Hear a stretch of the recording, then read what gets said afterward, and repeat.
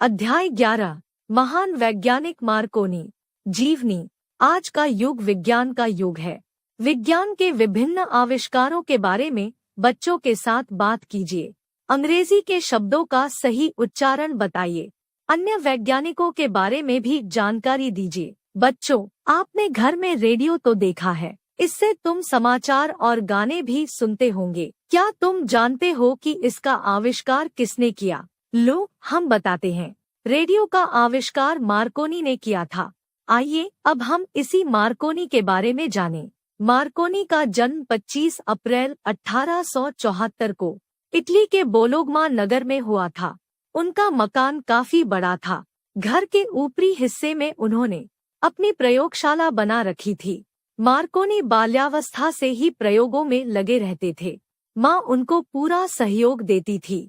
जब मार्कोनी 20 साल के थे, तब उन्हें रेडियो तरंगों के बारे में पता चला।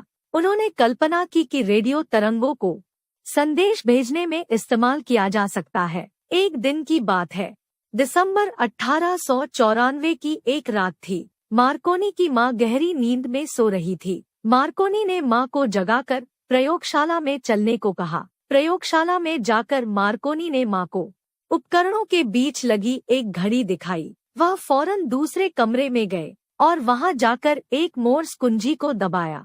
कुंजी के दबाते ही घंटी बज उठी। मार्कोनी ने रेडियो तरंगों द्वारा संदेश एक स्थान से दूसरे स्थान पर भेजकर दिखाए तो माँ ने उसकी बात स्वीकार कर ली।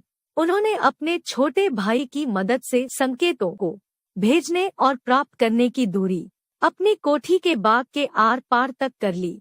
फिर मार्कोनी ने अपने बनाए ट्रांसमीटर को पहाड़ी के एक ओर रखा और रिसीवर को दूसरी ओर। रिसीवर के पास संदेश प्राप्त करने के लिए उनका भाई खड़ा था।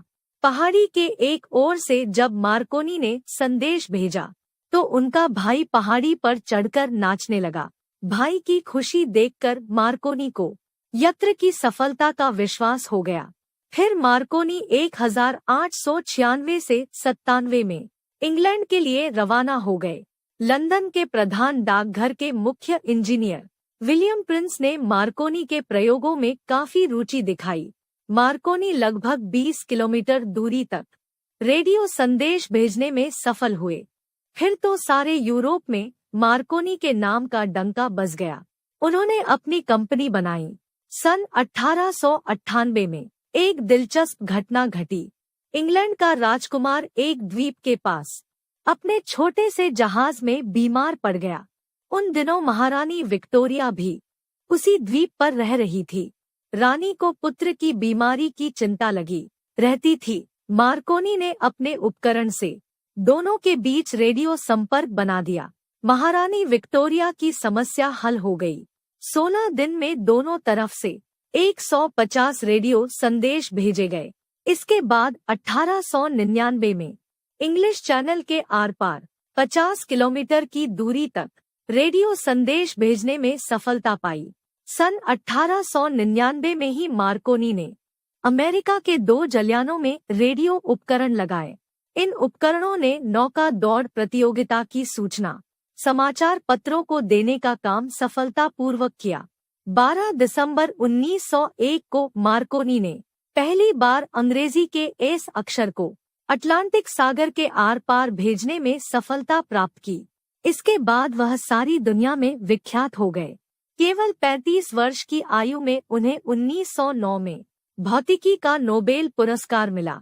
1915 में मार्कोनी ने रेडियो से संबंधित परीक्षण करना शुरू कर दिया।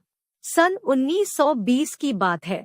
मार्कोनी ने अपनी नौका पर अपने मित्रों को भोज पर आमंत्रित किया।